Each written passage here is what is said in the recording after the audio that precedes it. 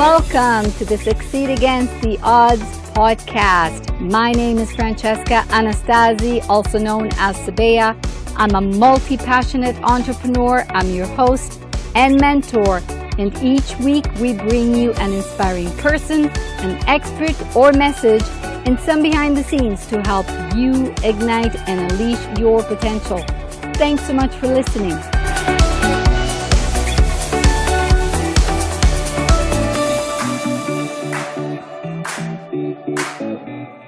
Welcome back to another episode of the Succeed Against the Odds. Today, as my special guest, is Kathleen Gage. Welcome, Kathleen. Well, it's great to be here, Francesca. I'm fascinated about what you do because you work with entrepreneurs and business is your expertise, and that is a field of major interest of me as a business consultant.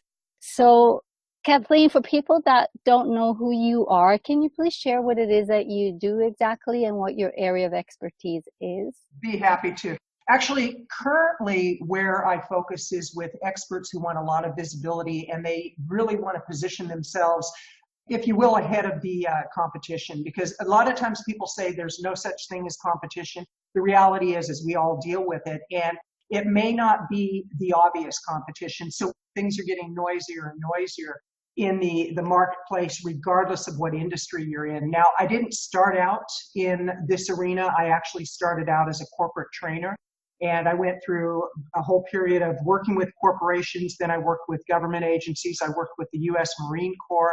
I worked with municipalities. And then I just scaled it back to where I found I really enjoyed working with solopreneurs. But what's interesting is I'm now making another transition, another shift in my business where I'm looking to work with brick and mortar businesses. Because there's a lot that's going on online that in many ways, there's a lot of stability online, but there's also a lot of instability. So currently, I work with experts who want to get visibility through books, through speaking engagements, and now I'm transitioning that into working with small businesses. So what inspired you in the first place to get into this area? Well, if you're talking get into my own business, a lot of it had to do, I was working with GTE Health Systems, a very large corporation. And I found that I kept hitting the wall with what I really wanted to do and the support that I got from upper management. And in my mind, I thought, well, I'll just start my own business. So like a lot of people, what I did, and this was in 1990, late 93, early 94, I decided I was going to start my own business. I didn't have the business acumen that I have today. And I made a lot of mistakes early on. And I think that the biggest mistake that I made was not finding the right people to guide me to the next level of where I needed to be in the fastest and most efficient way possible.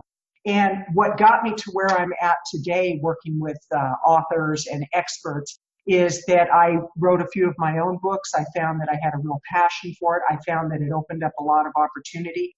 And in some ways, I kind of found the holy grail of finding clients without having to pound the pavement like I did previously.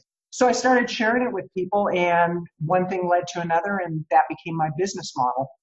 So what would you say, I think most people who start, like you said, when you started out, you didn't seek or didn't get the support that you needed. Was that deliberate? You were not looking for support, or I'm guessing you're referring to mentoring and coaching? I am. And it wasn't necessarily deliberate. Part of it was ego. I didn't want to admit that I didn't know something. And what I've learned as a very seasoned entrepreneur now is the best thing you can do is admit you don't know something, but find somebody who really has the skill set to take you to the next level. So some of it was the embarrassment of not wanting to admit I didn't know what I was doing. Another was I was building my business on a shoestring budget, like a lot of people do. I wasn't willing to make the investments that later I realized I should have made. I didn't necessarily know who to ask. And it was so interesting because I tend to get hold of something and excel rather quickly. And there were people that they were basically stroking my ego, telling me how good I was. And that made me want to resist finding help even more because it's like, oh, if I'm that good, I shouldn't need help.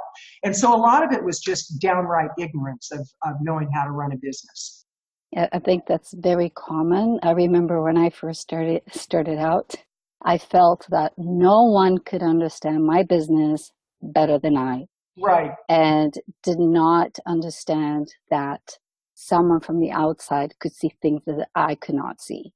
And Absolutely. And for me, where things really turned around and my business started flourishing was when I did start hiring mentors and investing a lot of money into my business. And I remember the first time I wrote a check for some professional services, my hand was shaking. I was ready to pass out. It's like, oh, is this a good choice? And what I knew is if I was going to make that kind of investment, it was necessary to do what was recommended, go the full distance with this person, and not just dip my toe in the water, but really take the recommendations to heart.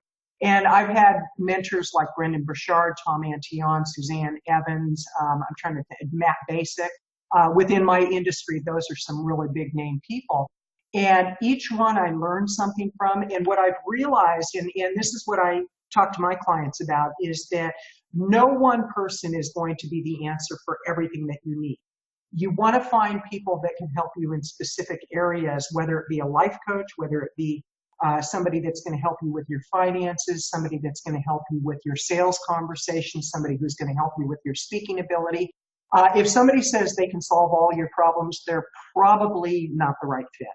I'm so glad you said that, because a lot of people, I think, have this misconception that by hiring a coach that they're going to get all their answers and that's going to be like the solution to all their issues, like you said. But each coach has a specialty or something that they're really strong at, that they're focused on, that can help you only in a specific area versus everything. So I'm so glad you touched on that. You learn from different people. And I think that also kind of brings a point to not stay stuck with one coach all the time, to actually do get the different point of views from different people as well. Absolutely. And, I can take it into my personal life because I'm very into health and fitness and exercise. And I did my first full marathon at the age of 61. Yay. Yeah, I was the last in, but I still finished. But what I did since that time, I've gotten a coach for my training for my running. And I also have a weight training coach. So each one focuses on a different area, but they know that I'm working with another coach so that they can complement the efforts that I put into my training. My weight training coach, he's not a running expert by any stretch of the imagination, nor does he pretend to be, but he knows there are certain things that I can do to enhance my running. It's the same in business. There are things you want to share with your coaches if you hire somebody else, and don't play your coaches against each other. That's something I've seen done. Also, when people hire somebody and they don't do the work, it boggles my mind when somebody will make an investment, regardless of what the investment is, and then they don't fully utilize the information. That is such wise advice to get everybody in the picture versus against each other. Absolutely, absolutely. And realize that just making the investment isn't going to give you the solution. And do your due diligence. I actually had somebody reach out to me on LinkedIn just yesterday who runs a speaking bureau. And it's a startup speaking bureau, and we were having a conversation. I said, okay, here's what I need to know. Who have you worked with? What are your successes? What is your conversion rate? And I mean, I just went through this whole list of questions that 25 years ago when I started as a speaker, I never would have thought to ask. Today, I want to get the answers that give me the best choice possible for my business. And this is what I always encourage entrepreneurs to do is don't be afraid to ask the tough questions. And if somebody, like I've had people say, oh, I can't give you the names of my clients, it's all confidentiality. There has to be some way that you can do your homework, if you will, to find out, is this person getting the results that they say? If somebody promises you that they can show you how to build a six-figure business, have they built a six-figure business? If they haven't, they really have no business teaching you. I have a real strong belief that if somebody says that they can teach you something about success, whatever it is, have they walked that path before? Yes, basically they have to prove their track. I mean, they have to have the credentials, right? So it's hard to get that credibility if you can't have somebody teach you something if they haven't done it themselves. Absolutely, absolutely. Yeah, so that for sure. So what is one of the key things that you do in order to help your clients get visibility? Is it through speaking? What is it specifically? Well, let me give you an example. I do it in a number of ways. And one example is getting out on the platform and speaking. And many times, if somebody's new to getting on the platform, they don't know how to go out and get the speaking engagements. And one of the things I learned many, many years ago is the more you speak, the more you speak. And what that simply means is if you get in front of an audience, there's bound to be somebody in that audience who is going to want you to come into their organization. And I have a client who actually is a cat behaviorist of all things, and very, very good at what she does. She teaches people how to really work with their felines so that they have a better relationship and they don't take them off to the Humane Society. And she wanted to get more visibility in her market. So we put a plan together for her to do what's called a self-staged event. And it was a free event at the local library. And we decided, 20, 30 people would be a home run for her. She had 115 people who signed up. And the people that ran the library said, we've never seen this kind of a result before. After the event, there was a whole follow-up plan. So it's not just getting on the platform. It's like, what's your strategy to follow up? Pick up the phone, email people, make sure that you keep in touch. If somebody said they're interested, you better give them a call right away. And after the fact, she had more business than she could handle. And she said, this is amazing. I had a big breakthrough. And during the process of her putting together the self-staged event, there were times that she said, I don't know if this is going to work. And I said, you hired me for a reason. I really need you to trust me. And here's why it'll work if you do X, Y, and Z. And we did everything from media releases to direct mail pieces to email to social media to networking. And so there was a whole process leading up to it, but that was a great example of somebody who got a huge result by just doing the footwork. Wow. So it's not just about getting the visibility, but it's also about the strategy on what to do with that visibility once you have it so that it does convert into actual income revenue. Absolutely. And a big part of that, Francesca, is knowing who your ideal client is. We hear that all the time, and a lot of people, they say that they've really thought that through, but in reality, they haven't when they get a real mismatch with clients. For example, with my feline expert, if she were to target people who own only dogs, that's a complete mismatch, although they own animals. So it's really being clear on who is your ideal market, and then having a long-term strategy. Don't just pick up the phone once and call people. And it's amazing how many people resist the phone. But have a whole strategy where every few months you pick up the phone and you reach out and touch base with those people who said that they had an interest. Because just because somebody says no today doesn't mean that at some point they won't say yes. And in some cases, when they say no and they say, nope, I'm really not interested, it means they're really not interested.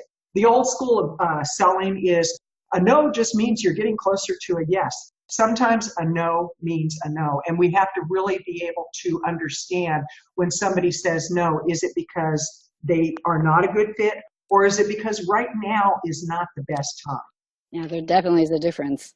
That's for sure. Like, no, maybe just not right now because circumstances or just don't need it or whatever it is, right? Absolutely. I have a gentleman that paid for some coaching with me.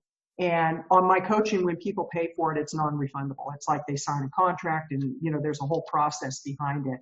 I had to learn the hard way on contracts that they're a good idea if you're at a certain level.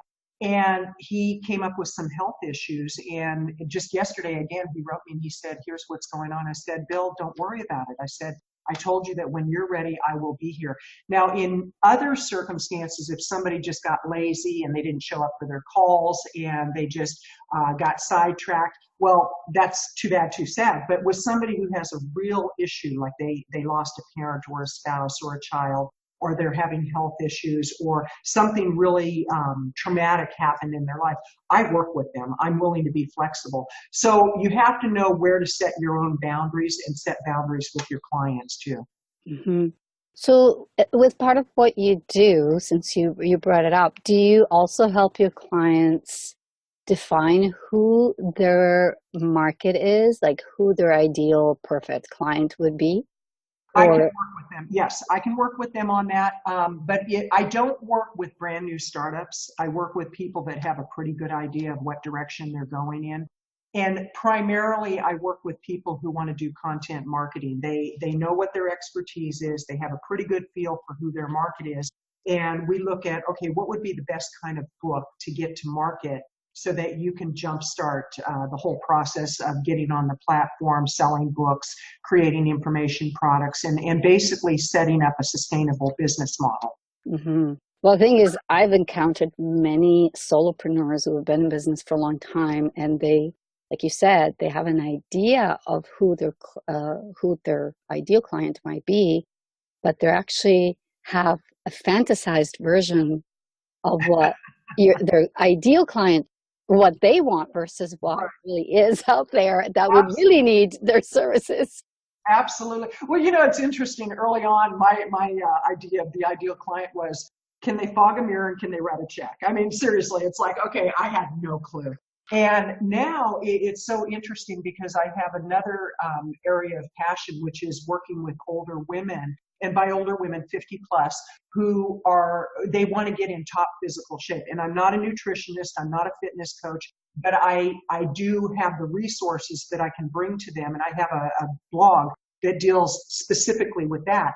And it's so interesting because what I'm finding is by being very open about my passion for health and fitness, I'm attracting entrepreneurs who not only want to build their business, but they also want to build their fitness.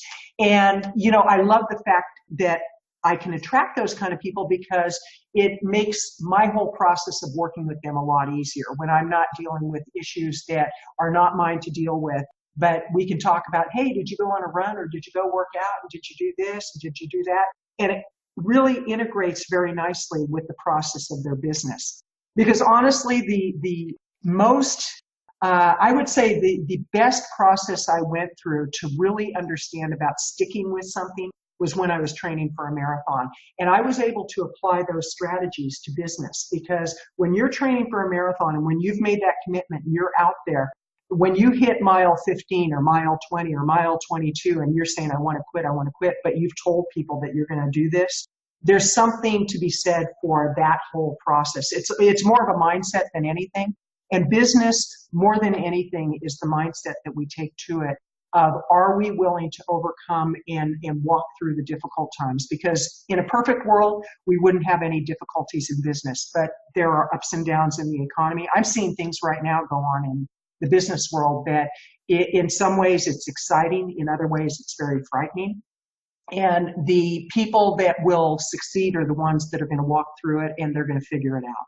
You had mentioned to me before we started this interview that you've been noticing some trends in the business industry that we need to be aware of, some changes. Can you share about that? Absolutely. Thanks for asking, Francesca. I would say some of the trends that I'm noticing is there's a lack of personal communication between people. I think we've become so dependent on social media that we forget that picking up the phone is a good idea. I was talking with a colleague just the other day who in one day she made 50 outreach phone calls. And in a matter of a few days, 2 people returned her calls. And I'm like, this is shocking. And these are people she met who said they wanted to talk to her.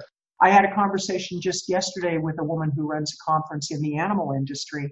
And she said the same thing. She goes, it's shocking how many people you reach out to that say they want you to talk to them and they never return your call. One trend I'm noticing is people are starting to make business much more impersonal, but the ones who make it more personal and really take the time to connect are the ones who I believe are going to take their business on a much deeper level. And that's another trend, is it's about really connecting with people, and it's not the quantity of business you have, it's the quality of business that you have. I have a client who's in the writing industry, and she was charging, I'll just pull out a number, she was charging $500 for a service, and she really wasn't making any money. And I said, well, as you tell me what this service is, it's worth far more than what you're charging. What I would recommend, and I had recommended 5 times the amount. She goes, oh, I'm not ready to do that. I said, do 3 times the amount, because here's the thing. You're going to be able to more fully serve your clients. You're going to work less. You're going to have a higher quality client, and you're not going to be as stressed out at the end of the day. And she was a little hesitant about asking for that price. The first call that she had with somebody about her service and offered the new price, they thought about it for a second and said, okay, let's do it. And the thing oftentimes, a trend that I notice is that, especially with women, they're afraid to ask for what they want. They settle for what they get rather than asking for what they want. And that's a writer downer. We said we could make things up. Okay, they settle for what they get rather than asking for what they want. And one of the things you want to do is learn how to ask and really be confident that what you bring to the party is what people are going to benefit from. I would say another trend that I'm seeing is that people are, and maybe this is just me, but I'm noticing a lot of people that are starting to now do what they were doing on Facebook. They're doing it on LinkedIn now. And in some ways, LinkedIn is getting a little bit diluted, which is interesting because it's a much more professional group, and the average income on people on LinkedIn is over $100,000. So it's a much higher end market than, let's say, Facebook or Twitter. Wow. I haven't been using LinkedIn as much as I should. And I know I need to get myself in there. So I personally can't say I know much about it to have seen that shift. But that's a very interesting observation. I wonder why that is happening. I don't know. And maybe it's just at this point, that's the direction that I'm choosing to go, which is LinkedIn, because there's a lot of time that's wasted on social media. And I think that's where people really need to be honest with how they're spending their day. How much time are you spending putting the gifts up? How much time are you spending reading what people are saying about you, or, getting sidetracked, and you start by saying, I'll spend 5 minutes on Facebook, and an hour later, you're down some rabbit hole that time could have been used to work on your book. It could have been used to outreach for speaking opportunities. It could have been used to connect with your clients. I think that's something that people really need to look at, is how are you truly spending your time? Well, with the fact that you're noticing that a lot of people are not responding to phone calls, is there something that you would suggest, or some pointers you can give on how we could build those relationships in a more meaningful way so that we increase the rate of returned calls? Absolutely. One way is don't rely just on email, because oftentimes email doesn't go through. You and I were talking about technology before we started this conversation, how sometimes technology isn't our best friend. It can be, but then again, it can be our worst enemy. You can't rely on the fact that because you send out an email, somebody will have gotten it. The thing you want to look at is, what is that person's personal interest? Here's a great example. I have a book right now ready to go out to somebody that I met that I really want to connect with. And so I've written several books, and that's the advantage of being an author, is that for a very low price, you can actually send out a marketing piece that will be memorable. I'm working on getting a contract with a health company. And what I did is I put this beautiful packet together, put my book in there, signed it to the owner, and I said, I'd love to have a conversation with you. My packet's going to definitely stand out more than just a phone call. When I call, he's going to pick up the phone. Another thing that you can do is ask people who, if they know the person you're trying to get in touch with, and can they make a personal introduction. I was just talking with a good friend of mine from Infusionsoft yesterday, who's in one of their top salespeople, and he has a few companies he wants introductions to. I said, I'd be happy to do that. Now, if I didn't trust him, I wouldn't do that, but he was willing to ask. I'm willing to make that introduction. So all of those will be strategies that you can take to put you apart from the competition. That's great tip. And not only that, like just giving a book, it's something that they're going to see constantly. So they're going to be reminded that you exist as well. Absolutely. And the thing about a book nowadays, it's so easy to get a book to market, which is kind of a double-edged sword, because the blessing is it's easy to get to market. The downside is it's easy to get to market. So there's people that throw something together and they call it a book. What you want to make sure of is that book is something you can be really proud of. I've got a book called Power Up for Profits, The Smart Woman's Guide to Online Marketing.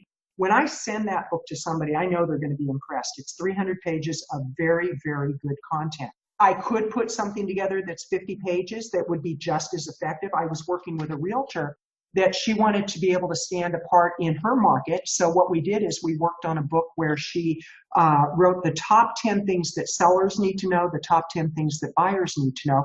And it's maybe 60, 70 pages of information. She can get it printed for about $1.50 to $2 per book. When she meets somebody who's inquiring about her services, she can say, I'll tell you what, go ahead and read this book, and then let's have a conversation. Or if somebody's sitting on the fence, she can give them the book. And that, again, will set her apart from every other realtor who's claiming to be the expert. When you have a book, people view you as experts. And you know what? I'm glad you pointed something out here in regards to this, because you said it was easy. The upside is it's easy to market. The downside is it is easy to market. And there are some, like you said, there are a lot of books out there that are not good content and good quality. And that is the key point. Putting quality out there is what's going to make you stand out, even within the competition of books. Absolutely. You know, whatever you do, do it in a way that you can be proud of what you're putting out to market. And it's not the kind of pride that's arrogant pride. It's really being proud of the work you're producing, because your book is the first calling card. It's the first representation of who you are. And if it's a poor representation, it's not going to work for you. Yeah. It needs to be a good representative. Yes. Yeah. Excellent. Excellent advice. And now you're working on a memoir? I am. You know, and I got to tell you, that has been a whole different process than writing a business book. And it's interesting because I belong to the Platinum Group for eWomen Network. And I was at one of the masterminds, and Sandra Yancey said something that just kind of hit me as to why have I been waiting to get my memoir out there? Because I've been talking about it for probably 10 years. It was one of those someday things. And right then and there, I wrote down, I said, I will get 60,000 words written within, I think it was 90 days. And I'll, you know, whatever my goals were. And I showed it to somebody and I signed it. And the woman next to me, I said, this is what I'm going to do. Well, I got the 60,000 words written, and it was basically just a brain dump. Well, then we had to start really cleaning the whole thing up. But my memoir actually covers a period in my life where I've been sober for 33 years. And it's about a period in my life where I was a very heavy drinker and a very heavy drug user. And it was one of those books, it's one of those periods in my life that had I made the same choices that I was making back then, I certainly wouldn't be doing what I'm doing today. By making different choices, surrounding myself with different people, and moving in a different direction, my whole life changed. And I have to tell you, it's brought up a lot of fear, because there's things in there that people don't know about me. And once it's in the book, they're going to know it. Like my editor said, because I said, this could be a game changer. It could be a business destroyer. It could be a lot of things. She goes, it's going to be a game deepener. She goes, people will read this and say, if you were able to go from where you were at to where you're at now, they know that anything's possible. And it's so interesting because I've been reaching out to colleagues of mine who have huge mailing lists, and I've been telling them about the book and what's in it. And all of them have said, we want to market it for you. We want to definitely be part of any campaign that you do. But it's really about confronting my own fears about the life that I used to live and the life that I live today.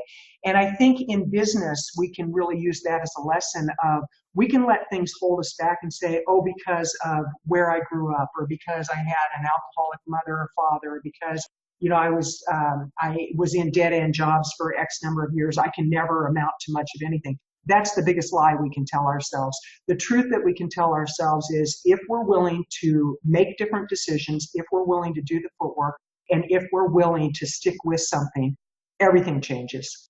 That is such an inspiring story, and I am so on board with everyone. Thank you. Your story is, yes, it is a game changer, but it's a game changer for not just for you, in the sense that now people are going to know your story and going to look at you differently, but they're going to look at you differently with respect, because they see a challenge that you've overcome. You're also going to be inspired. You're going to inspire so many people who may be in that same situation where you were at.